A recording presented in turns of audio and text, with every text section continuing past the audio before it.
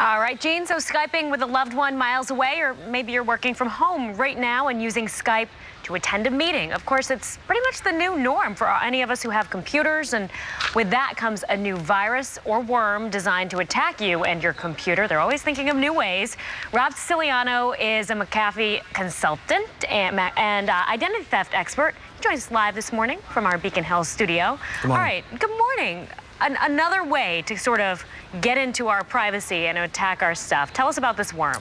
So instant messaging has been used for quite some time by criminals to send over viruses to us that we might click on or download, and essentially infecting our PCs with the virus.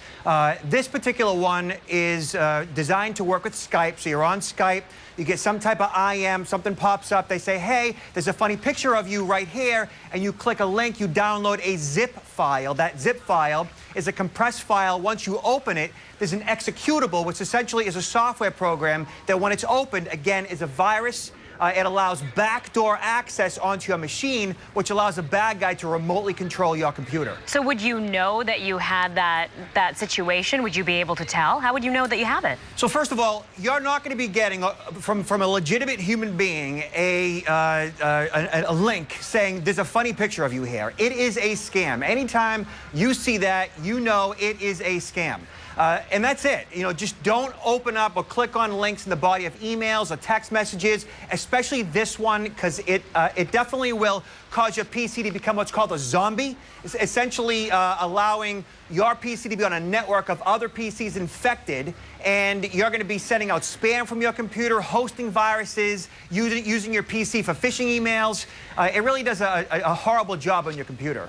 Yeah, and I feel like I've seen those things like, oh, look at this crazy video of you, or look at this picture on Facebook, on Twitter. So the more and more that we have social media, the more we are at risk. But what's the difference between a worm and a virus? They're basically the same thing. And this type of virus, worm, it preys upon our vanity. You know, so there's a funny picture of you. Look at this picture of you, and you click on a link thinking, no, it's all about me, it's all about you.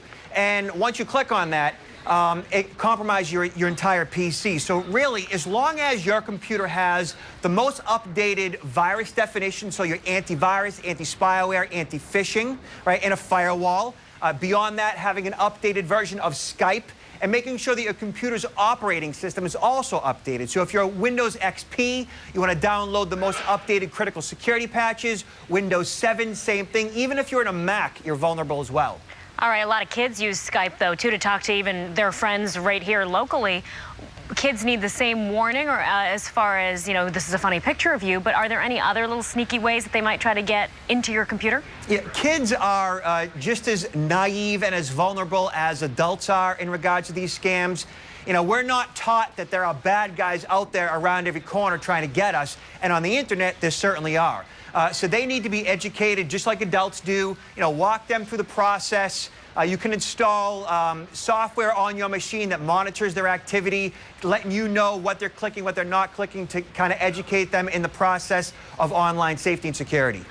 And Rob, is it just Skype, or is it any sort of thing that allows instant messaging and communication like that? Yeah, all instant messages programs at some level are vulnerable. The older they are, the more vulnerable they are. So what Skype is telling everybody is to update to the latest, greatest version of Skype so that you have the most security that Skype has to offer right now. So whether it's Microsoft's IM or AOL's IM or Yahoo's IM, you want to update to the latest version of their product, because that generally has the most security in it. Because once you do have your computer compromised, you might not know it, that it's being remotely watched or controlled, right? Yeah, today's viruses, the bad guys are creating viruses that work in the background, and they don't generally cause any problems on our computer, meaning that they want your computer to run smooth and efficiently. So they don't create viruses to take down and damage your PC. They really want it to run smooth and efficiently. So in the background, they can record your keystrokes, they can visit the websites that you visited, get your usernames and passwords, log into your online banking account.